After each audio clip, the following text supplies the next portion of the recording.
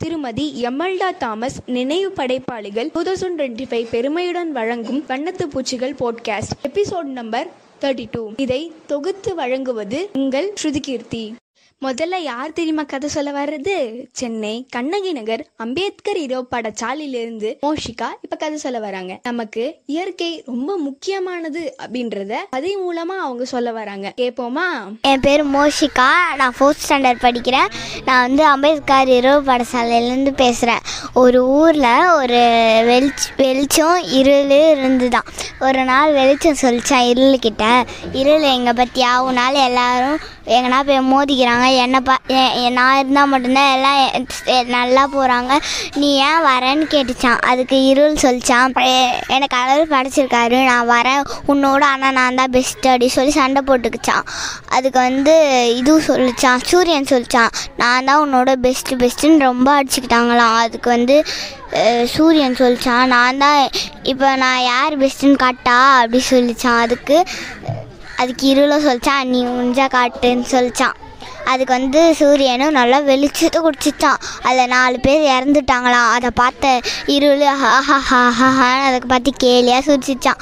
அப்புறம் இருளும் அதோட சத்தியை காமிக்க ரொம்ப அதிகமாக இருளை குடிச்சிச்சான். நிறைய பேர் கண்ணு தெரியாமல் நிறைய பேர் இறந்துட்டாங்களாம் எங்கேயோ மோதி.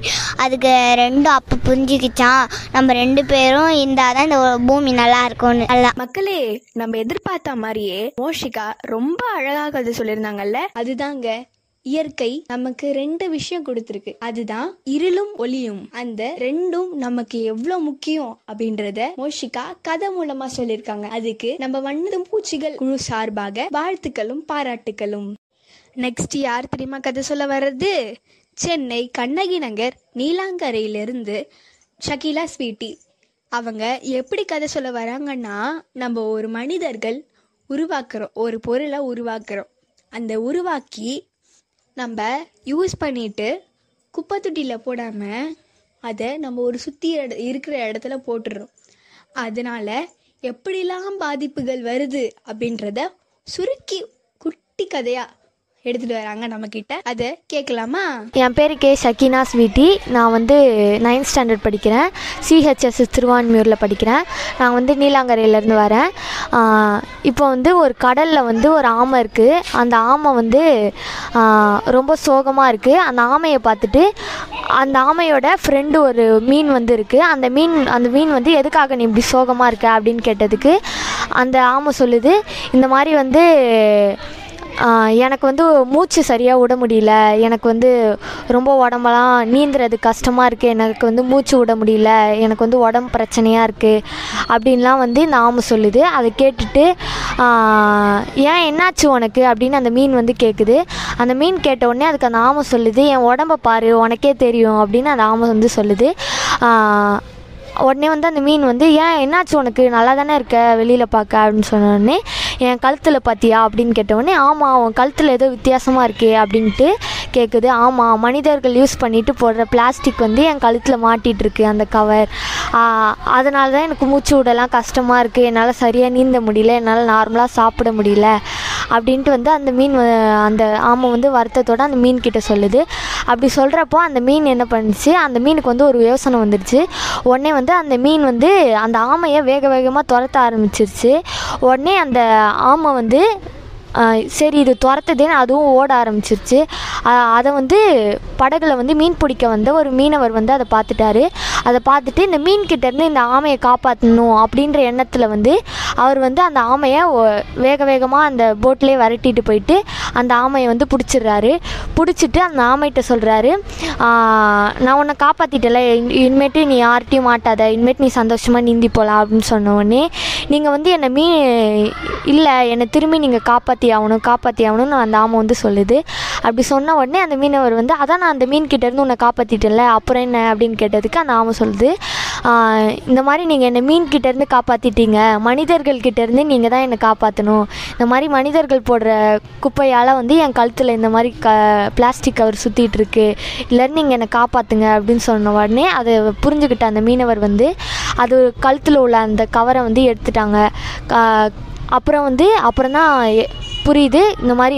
அப்புறம் அந்த ஆமை என்ன சொல்லுதுன்னா, இந்த மாதிரி வந்து மனிதர்கள் வந்து பிளாஸ்டிக் குப்பையெல்லாம் கடலில் போடக்கூடாது, அது வந்து இங்கே உள்ள எல்லா உயிரினங்களுக்கும் அது ரொம்ப வந்து ஆபத்து அப்படின்னு அந்த ஆமை வந்து சொல்லுது. அதை புரிஞ்சுக்கிட்ட இந்த மீனவர் அவரும் வந்து எந்த குப்பைகளையும் கடலில் போடாமல் இந்த மாதிரி நிறைய பேருக்கும் இந்த மாதிரி போடக்கூடாது அப்படின்ற அந்த விஷயத்த அவர் புரிஞ்சுக்கிட்டாரு. தேங்க்யூ.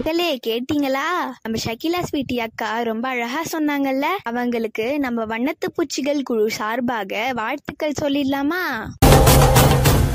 பல மர்மங்களையும் நகைச்சுவைகளையும் திருப்பு முனைகளையும் கொண்ட சுவாரஸ்யமான தொடர்கதை இந்தியாவின் கொற்றவில். தொடர்ந்து படியுங்கள் உங்கள் வண்ணத்து பூச்சிகள் மின்னிதழில். மக்களே, இப்ப யார் தெரியுமா கதை சொல்ல வர்றது? சென்னை கண்ணகி நகர் அம்பேத்கர் பாடசாலையிலிருந்து அமுல்ராஜ் இப்ப கதை சொல்ல வராங்க. அவங்க எப்படிப்பட்ட அழகான கதையை எடுத்துட்டு வந்திருக்காங்க கேட்போமா? என் பேர் அமுல்ராஜ். நான் 4th ஸ்டாண்டர்ட் படிக்கிறேன். என் வயசு வந்து 9. அம்பேத்கர் பாடசாலையிலிருந்து பேசுறேன். ஒரு கதை சொல்ல போறேன். ஒரு ஊர்ல வந்து நெருப்பு அப்புறம் தண்ணி இருந்தது. ஒரு நாள் வந்து 2 பேர் ஒரு தண்ணிக்கு பக்கத்தில் நெருப்பை பற்ற வச்சு உக்காந்துட்டு இருந்தாங்க. அப்போ வந்து தண்ணி கேட்டுச்சு, தண்ணியே பாத்தியா நான் தான் எல்லாருக்கும் பலசாலி அப்படின்னு சொல்லிச்சு. ஏன் அப்படி சொல்கிறேன்னு நெருப்பு கேட்டுச்சு. அப்போ நெருப்பு வந்து நீ ஒன்றும் பெரியவெல்லாம் கிடையாது, நான் தான் பெரியவன். ஏன்னா என்னால் மற்றவங்களுக்கு இதமாகவும் இருக்க முடியும், அதுக்கப்புறம் சில பேருக்கு உதவியாகவும் இருக்க முடியும் சமைக்கிறதுக்கு, அதுக்கப்புறம் குளிர் காயறதுக்கு நான் உங்களுக்கு உதவியாக இருப்பேன். உன்னால் வேற அவங்களுக்கு குளிர் மட்டும் தான் கொடுக்க முடியும், அதனால அவங்க ரொம்ப பாதிப்படுறாங்க. அதுக்கு தண்ணி சொல்லிச்சு. என்னால் அவங்க குடியேற்றி உங்களோட தாகத்தை தீர்த்துக்கிறாங்க. அது மட்டும் இல்லை, அந்த மழை வரும்போது குளிக்கிறதுக்கு, அதுக்கப்புறம் பாத்திரம் தேய்க்கிறதுக்கு எல்லாத்துக்குமே இதை தான் யூஸ் பண்ணுறாங்க அப்படின்னு சொல்லிச்சு. அதுக்கப்புறம் நெருப்பு அணிஞ்சு போச்சு. அதுக்கப்புறம் தண்ணி சொல்லிச்சு, நல்லா சிரிச்சுக்கிட்டு, என்னால் இந்த உலகத்தில் கொஞ்ச நேரம் மட்டும்தான் உயிர் வாழ முடியும், ஆனால் என்னால் இந்த உலகத்தில் என்னோடய வாழ்க்கை முழுக்க மட்டும் இல்லை, இந்த உலகத்தை எப்போ அழியுதோ அப்போ இருக்க என்னால் இருக்க முடியும் அப்படின்னு தண்ணி சிரிச்சுக்கிட்டே சொல்லிச்சு. அதுக்கப்புறம் ஒரு கல்யாணத்தில் 2 பேர் சந்திச்சுக்கிட்டாங்க. அதில் வந்து தண்ணியும் நெருப்பும் இருந்தது. அதுக்கப்புறம் தண்ணியை பார்த்தியான 2 பேரும் மறுபடியும் செஞ்சுக்கிட்டோம். அதுக்கு மறுபடியும் ஆமாம் சொல்லிச்சு தண்ணி. அதுக்கப்புறம் நீ ஒன்றும் பெரியவன் கிடையாது, பார்த்தியான ஒன்று நான் தான் பெரியவன் அப்படின்னு தண்ணி சொல்லிச்சு. அதுக்கப்புறம் நெருப்பு ரொம்ப கோவமாகி ரொம்ப பெரிய உருவத்துக்கு ஆயிடுச்சு. அப்புறம் அந்த கல்யாணமே பற்றிட்டு எரிய ஆரம்பிச்சிச்சு. அதை பார்த்து முனிவர் அதுக்கப்புறம் எல்லாருமே பயந்துட்டாங்க. அப்புறம் சொன்னாங்க, இது தண்ணி எடுத்து அந்த நெருப்பு கொஞ்சமாச்சு அணைங்க அப்படின்னு சொன்னாங்க. அதுக்கப்புறம் அதை அடைச்சிட்டு, பாத்தியா உன்னாலே என்னை அணைக்கவும் முடியுது அதுக்கு சொல்லிட்டு அப்புறம் அங்கே கல்யாணம் முடிஞ்சோடனே 2மே போயிடுச்சு அங்கேருந்து. அதுக்கப்புறம் இன்னொரு நாள் வந்து ஒருத்தவங்க வந்து நெருப்பு பற்ற வச்சு அது மேலே தண்ணியை வச்சாங்க. அதுக்கப்புறம் அப்புறம் நெருப்பு சொல்லிச்சு, பாத்தியா இப்போ நீ என்னோட நெருப்பில் வேகிக்கிட்டு இருக்க அப்படின்னு ரொம்ப கேலியாக சிரித்து சொல்லிச்சு. அப்போ நெருப்பு மறுபடியும் சொல்லிச்சு, நம்ம ஏன் ஃப்ரெண்ட்ஸ் ஆகக்கூடாது அப்படின்னு சொல்லிச்சு. அப்போ வந்து ஆமாம், நம்ம ரொம்ப நாளாக 3 தடவை நம்ம சண்டை போட்டுட்ருக்கோம், நம்ம இப்போ ஃப்ரெண்ட்ஸ் ஆகலாம் அப்படின்னு சொல்லி ஃப்ரெண்ட்ஸ் ஆகிட்டாங்க. அதுக்கப்புறம் அந்த ஆன்ட்டி வந்து தண்ணியை எடுத்து அது மாதிரி ஊற்றிட்டாங்க. அதுக்கப்புறம் வந்து நெருப்பு அணிஞ்சு போச்சு. அப்போ அது அணிஞ்சு போகிறதுக்கு முன்னாடி தண்ணி சொல்லிச்சு, என்னை மன்னிச்சிடு, என்னால் தான் நீ இப்போ அணிஞ்சு போயிட்டுருக்க அப்படின்னு சொன்னாங்க. அதுக்கப்புறம் அந்த தண்ணியும் நெருப்பும் ரொம்ப வேதனைப்பட்டுச்சு. அதுக்கப்புறம் அணிஞ்சிச்சு. தேங்க்யூ. மக்களே, கதை கேட்டிங்களா? நம்ம அமுல்ராஜ் தம்பி தீயையும் தண்ணீரையும் வச்சு ஒரு அழகான கதை சொல்லியிருக்காரு. அவருக்கு நம்ம வண்ணத்து பூச்சிகள் குழு சார்பாக வாழ்த்துக்கள் சொல்லிடலாமா? மக்களே, இப்ப யார் தெரியுமா கதை சொல்ல வர்றது? சென்னை கண்ணகி நகர் அம்பேத்கர் பாடசாலையிலிருந்து மாதேஷ் இப்ப கதை சொல்ல வர்றாரு. அவர் அழகா கதை சொல்ல போறாரு நான் நினைக்கிறேன். நீங்க கதை கேட்க போலாமா? என் பேர் மாதேஷ். நான் 7வது படிக்கிறேன். பாடசாலையில் 2 படிக்கிறேன். இது என் சொந்த கதை. ஒரு முள்ளிச்சான் நான் தான் வாசினே இருப்பேன், என்ன தான் எல்லாருமே வாங்குவாங்க. ரோஸ் சொன்னான், நீலாம் அழகாகவே இருக்க மாட்டேன், நான் தான் அழகாக இருப்பேன், என்ன தான் எல்லோரும் வாங்குவாங்க. அப்படியே 2 பேர் சண்டை போட்டுனே இருந்தாங்களாம். சண்டை பண்ணும்போது ஒருத்தவங்க வந்தாங்களாம், வாங்கினாங்களாம். 2த்தையும் வாங்கி ஒன்றா கட்டி தலையில் வச்சுன்னு போயின்னே இருக்கும்போது கீழே விழுந்துச்சான். கீழே விழுந்து அப்படியே எல்லா வண்டி ஏற்றி எல்லோரும் காலால் வச்சு அப்படியே அதுங்களும் சேர்த்துச்சான். அதனால தான் சொன்னாங்களா யாரையும் புறம்படக்கூடாதுன்னு. மக்களே, கதை கேட்டிங்களா? நம்ம மாத்தேஷ் ரொம்ப அழகா கதை சொன்னார்ல. ஒரு பூக்களை வச்சு ரொம்ப அழகா கதை சொன்னாரு. அவருக்காக நம்ம வண்ணத்து பூச்சிகள் குழு சார்பாக வாழ்த்துக்களும் பாராட்டுகளும். மக்களே, இப்ப யார் தெரியுமா கதை சொல்ல வர்றது? சென்னை கண்ணகி நகர் அம்பேத்கர் இரோ பாடசாலையிலேருந்து குமரேசன் இப்ப கதை சொல்ல வர்றாரு. அவர் அழகான ஒரு கதையை சொல்ல போறாரு. எப்படின்னா, யார் பெருசு அப்படின்றத போட்டியா ஒரு கதையா எடுத்துட்டு வந்திருக்காரு. கேட்போமா? என் பெயர் குமரேசன். நான் வந்து என் வயசு வந்து 14. நான் 9ஆம் வகுப்பு படிக்கிறேன். நான் வந்து அம்பேத்கர் இரவு பாடசாலையிலேருந்து சொல்கிறேன். இது என் சொந்த கதை. காக்காவும் ஒரு புறாவும். காக்கா சொன்னான், நீ புறா நீ வேஸ்ட்டு, நான் தான் நல்லா ஹைட்டாக பறப்பேன்னுச்சான். அது புறா சொன்னிச்சு, நீ என்ன பறக்கிறது, நான் தான் பறக்குவேன் ஹைட்டான்னுச்சான். சரி நீ பறந்துக்கோ, நான் ஆகாயத்தை போய் தொட போகிறேன் அப்படின்னுச்சான். ஆகாயத்துக்கெலாம் போகாத, அப்புறம் கீழே வந்து நான் நாசமாயிடுவேன் அப்படின்னுச்சான். சூரியனை நான் புறா சொன்னான் ஒரு நாள், நான் சூரியனே தொடுவேன், நீ தொடுவியான்னு வச்சான். நீ தொடு பாப்பா அப்படின்னு சொன்னான். புறா நினச்சிச்சான், அப்போ நீ என்னை சாவடிக்கு பார்க்குற, நீ கேட்க மாதிரி அடிச்சான். அந்த காக்கா சொன்னிச்சு, சரி நீ பறக்கிறதுக்கு உஷாராக தாக்குற, நான் போய் நிலாவை தொட்டு வரேன் அப்படின்னுச்சான் காக்கா. அதேமாரி மறுநாள் நைட்டு போயிடுச்சான். போகும்போது புறாலாம் போயிட்டு தத்திச்சான். நிலாவுக்கெலாம் போகாத, நம்ம 2 பேருமே ஹைட்டாக படுப்போம், நீ சூரியனை போய் தொடு, நான் நிலாவை போய் தொடுறேன்னுறாங்களாம். சேலஞ்ச் பண்ணி 2 பேரும் போனாங்களாம். போனோன்னு புறா மட்டும் போய் தொடலை. அது கிட்டே போயிட்டு ரொம்பலாம் கிட்ட போகல, அதில் தூரத்தில் போயிட்டு வந்துச்சான். புறா வந்து போயிட்டு நிலாவை தொட்டுச்சான். அது செத்துச்சு. அதனால சொன்னிச்சு, இதுமாதிரி நான் சொன்னால் கேட்கவே கூடாது. அதெல்லாம் கதை முடிஞ்சிச்சு. மக்களே, கதை கேட்டிங்களா? நம்ம குமரேசன் அண்ணா ரொம்ப அழகாக கதை சொன்னார்ல. இப்படி தாங்க யாரையும் நம்ம குறைச்சி எடை போடக்கூடாது அப்படின்றத, அப்புறம் பேராசை பெருநஷ்டம் அப்படின்றத கதையில் நமக்கு ப்ரூவ் பண்ணி சொல்லியிருக்காரு. அவருக்கு வண்ணத்து பூச்சிகள் குழு சார்பாக வாழ்த்துக்களும் பாராட்டுகளும். மக்களே, இப்போ யார் தெரியுமா கதை சொல்ல வர்றது? சென்னை கண்ணகி நகர் முதல் தலைமுறை அறக்கட்டளையிலிருந்து ராஷிக் முகமது இப்போ கதை சொல்ல வர்றாரு. ஒரு பையன் எப்படி அழகாக கதை அவனோட பர்த்டேவை கொண்டாடுறான் அப்படின்றத ஒரு கதையாக எடுத்துகிட்டு வந்திருக்காரு. கேட்போமா?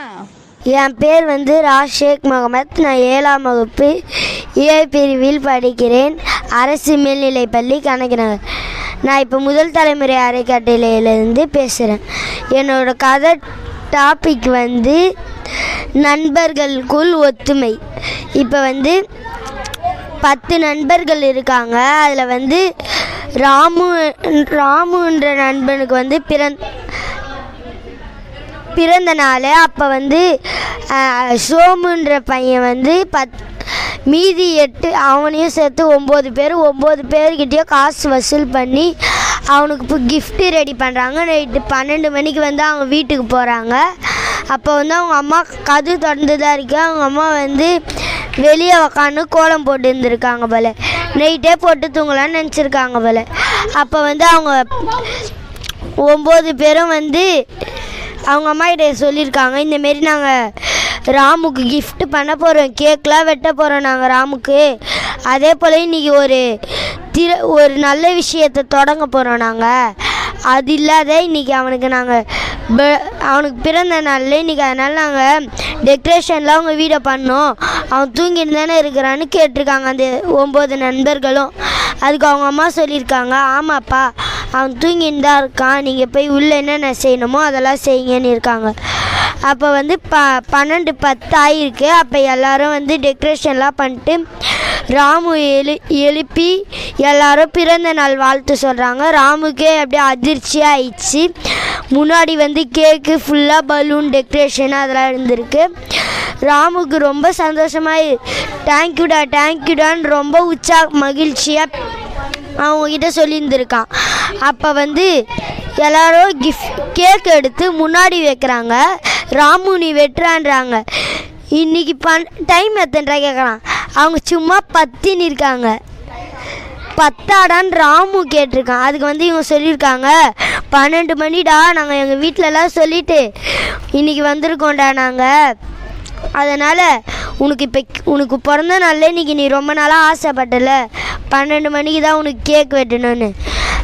இப்போ உனக்கு கேக்லாம் வாங்கிட்டு வந்துட்டோம்டா நாங்கள் எல்லோரும் சேர்ந்து, நீ கேக்கை வெட்டுறான்னு இருக்காங்க. ராமுவும் சந்தோஷமாக கேக்கை வெட்டியிருக்கான்.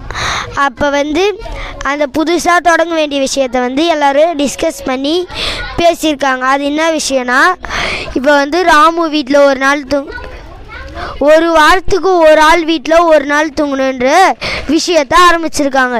இப்போ ஒரு நாள் ஃப்ரெண்ட்ஸ்லாம் ஒன்றா தூங்கலாம். இதுதான் இந்த கதையோட கருத்து. மக்களே, கதை கேட்டிங்களா? நம்ம ராஷேக் முகமது ரொம்ப அழகாக கதை சொன்னார்ல. இப்படி தாங்க தன்னோட நண்பனை எவ்வளோ அழகாக அவங்களோட ஆசையை தீர்க்குறாங்க அப்படின்றது ஒரு கதையை எடுத்து சொன்னதுக்கு வண்ணத்து பூச்சிகள் குழு சார்பாக வாழ்த்துக்களும் பாராட்டுகளும். மக்களே, இப்போ யார் தெரியுமா கதை சொல்ல போகிறது? சென்னை கண்ணகி நகர் அம்பேத்கர் இரு பாடசாலையிலேருந்து திவேஷ் இப்போ கதை சொல்ல வர்றாரு. அப்படி எப்படி கதை சொல்ல போகிறாரு அப்படின்னு எனக்கு ரொம்ப ஆர்வமாக இருக்குது. உங்களுக்கு கதை கேட்க போகலாமா? திவேஷ், நான் 6ஆம் வகுப்பு படிக்கிறேன். நான் அம்பேத்கர் இரவு சாலையிலேருந்து படிக்கிறேன். நான் இப்போ என்னோடய சொந்த கதையை சொல்ல போகிறேன். ஒரு ஊரில் ஒரு காரும் ஒரு பைக்கும் வந்துச்சான். அப்போ அந்த பைக் சொல்லிச்சான், எல்லோரும் இந்த காரையே வாங்குறாங்க, என்னை வாங்கவே மாட்டாங்கன்னு சொல்லிச்சான். அதுக்கு அந்த கார் சொல்லிச்சான், உன்னோட நான் பெரியவில்ல, அதனால தான் நான் காஸ்ட்லியானுவேன், அதனால தான் என்னை வாங்குறாங்க, உன்னை வாங்க மாட்டாங்கன்னு சொன்னாங்களாம். ஒரு நாள் அந்த பைக் ஒருத்தர் வாங்கினாராம். அவர் வாங்கிட்டு போயினாராம். போகும்போது அவங்க ஃப்ரெண்ட்ஸ் எல்லாம் பார்த்து சிரிச்சாங்களா, இவன் ரொம்ப ஏழைன்னு. ஆனால் அது 2 நாள் ஒஞ்சிச்சான் அந்த பைக்கு. அந்த பைக்கை ரிப்பேர் கடையில் எடுத்துன்னு போனாராம். அங்கே கொடுக்கும்போது இந்த பைக் இதுக்கு மேலே சரி பண்ண முடியாது சொன்னாங்களாம். அப்புறமா ரொம்ப நாள் காசு சேர்த்து வச்சு அந்த கார் வாங்கினாங்களாம். அப்போ அவங்க ஃப்ரெண்ட்ஸ் எல்லாம் சொன்னாங்களா, சாரி நான் உன்னை ஏழைலாம் சொல்லிட்டோம் அப்படி சொன்னாங்களாம். அவர் சொன்னாராம், பரவாயில்ல இருக்கட்டும்னு சொல்லிட்டு போனாராம். போகும்போது அவர் ஜாலியாக போயிருக்கும் போது நடுவில் ஒரு பூனை வந்துச்சான். அந்த பூனையை ஏற்றிட்டாராம். அந்த பூனையை ஏற்றினோடனே எல்லாம் அந்த பூனையை வளர்த்தவர் சொன்னாராம், ஏன் இந்த பூனையை ஏற்றினேன்னு. நான் தெரியாமல் தான் ஏற்றினேன்னு சொன்னோடனே சண்டை போட்டாராம் அவர். நான் தெரியாமல் தானே ஏற்றினேன், எதுக்கு நீங்கள் இப்போ கத்துறீங்கன்னு. அவங்க சொன்னாங்களா, தெரியாமல் ஏற்றினாலும் ஒரு உயிர் செத்துதில்லை அப்படின்னு சொன்னாங்க. தேங்க்யூ. மக்களே, கதை கேட்டிங்களா? நம்ம திவேஷ் ரொம்ப அழகாக கதை சொன்னார்ல. அவர் மற்றவங்கள குறைச்சி எடை போடக்கூடாது மற்றும் நம்ம எப்பயுமே கேர்லெஸ்ஸாக இருக்கக்கூடாது அப்படின்றத ஒரு கதை மூலமாக ப்ரூவ் பண்ணியிருக்காரு. அவருக்கு நம்ம வண்ணத்து பூச்சிகள் குழு சார்பாக வாழ்த்துக்களும் பாராட்டுகளும்.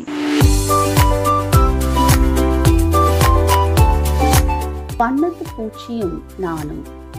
வண்ணத்து பூச்சியின் வழியோரமாய் கடந்து வந்த பாதையில் வண்ணம் நிறைந்த பட்சிகளாக குழந்தைகள் வளர்வதை, உணர்வு பூர்வமாய் ஊட்டப்படுவதை நான் கவனித்தேன். குழந்தைகளின் இயல்பிற்குள் இயல், இசை, நாடகம் என முழு வண்ணம் செதுக்கப்படுவதை உணர்த்திய தடமாக இயங்குகிறது. பேச்சும் வீச்சும் ஒருங்கிணைந்த படைத்தளமாகவும் சமயங்களில் சபை ஏறுவதையும் பார்த்திடலாம். கற்றல் கலையோடு கற்பனை வளத்தோடு எழும் இந்த குழந்தைகளின் வளர்ச்சி எச்சமிக்கதாகும்.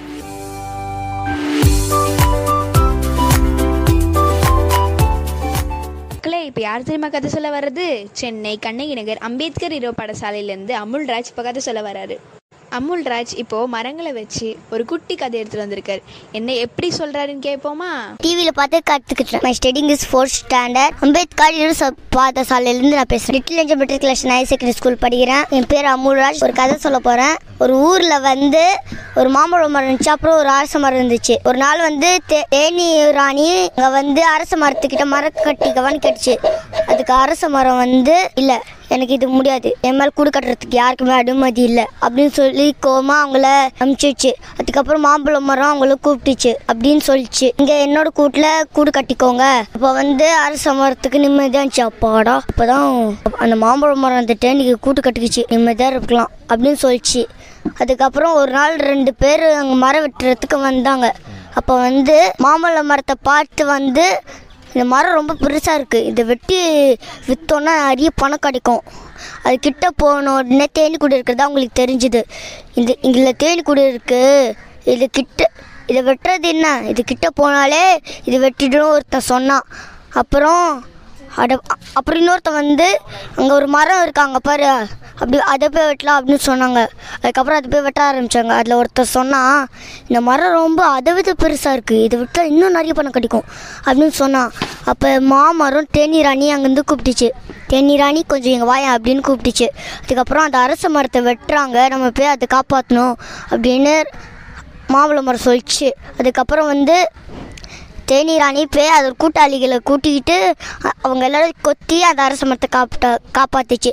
அதுக்கப்புறம் தேனி ராணி திரும்ப வந்த உடனே அரச மரம் அதுக்கிட்ட, தேனி ராணி, நான் உனக்கு என் மரத்தில் தங்கிக்கிறதுக்கு கூட்டு கட்டலை, ஆனால் நீ எதுக்காக எனக்கு உதவி செஞ்ச, உனக்கு ரொம்ப நன்றி அப்படின்னு சொன்னோன்னே தேனி ராணி சொல்லிச்சு, நீ நன்றி எங்ககிட்ட சொல்லாத, அதுவும் அந்த மாமரத்துக்கிட்ட சொல்லு, அதுதான் உனக்கு உதவி செய்ய சொல்லி என்கிட்ட சொல்லிச்சு. மாமரம் அதோட நன்றியை மாமரத்துக்கு தெரிவிச்சிச்சு. நன்றி. மக்களே, கதை கேட்டிங்களா? மரங்கள் கூட ஒருத்தவங்க உதவி செஞ்சு வாழுதுங்க. அந்த மாதிரி மனிதர்களும் இருக்கணும் அப்படின்றத அமுல்ராஜ் ரொம்ப அருமையாக சொன்னார்ல. அவருக்கு நம்ம வண்ணத்து பூச்சிகள் குழு சார்பாக வாழ்த்துக்களும் பாராட்டுகளும். பல மர்மங்களையும் நகைச்சுவைகளையும் திருப்பும் முனைகளையும் கொண்ட சுவாரஸ்யமான தொடர்கதை இந்தியாவின் கொற்றவில். தொடர்ந்து படியுங்கள் உங்கள் வண்ணத்து பூச்சிகள் மின்னிதழில்.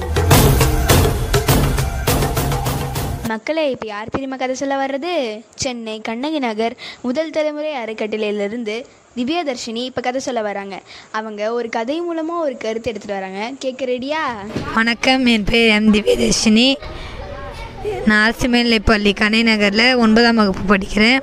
எனக்கு வயசு 14. நான் முதல் தலைமை கட்டளை மையத்துலேருந்து பேசுகிறேன்.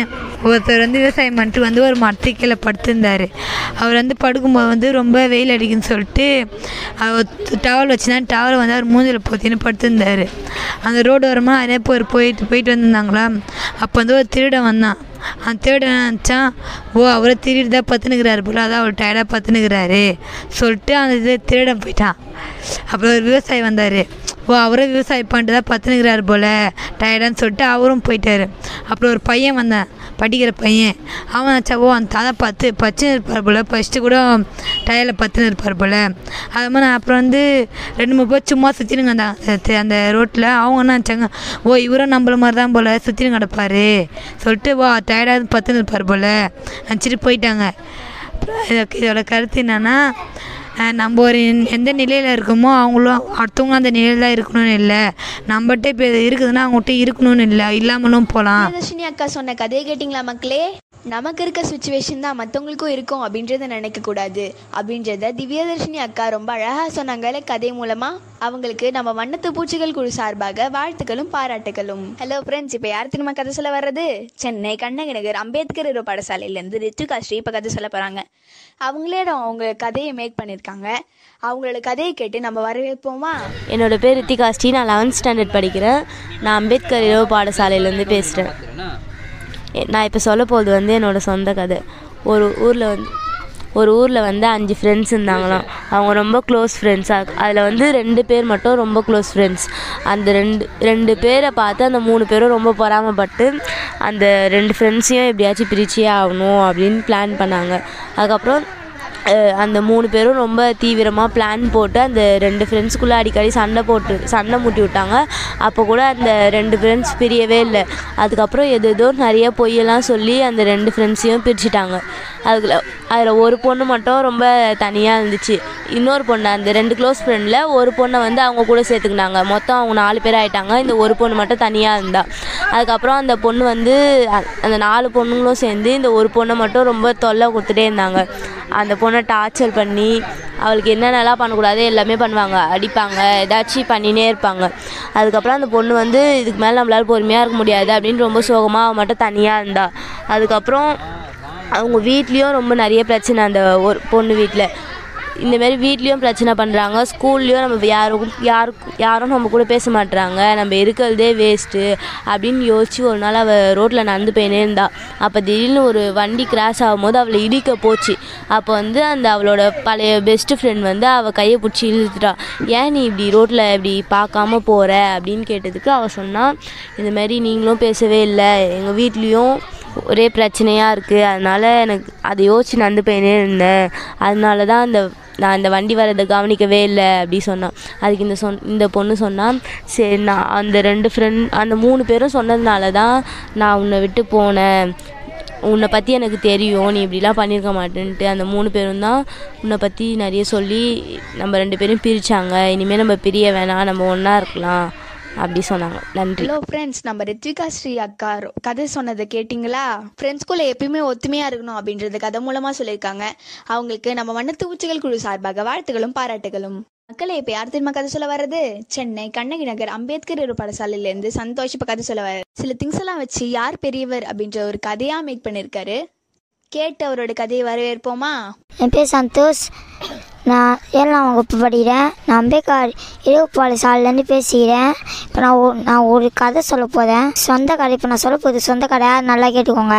இப்போ ஒரு ஊரில் ஒரு ஜன்னல், ஒரு கதவு, ஒரு செவுரு, 2 அங்கிள் இருந்தாங்களாம்.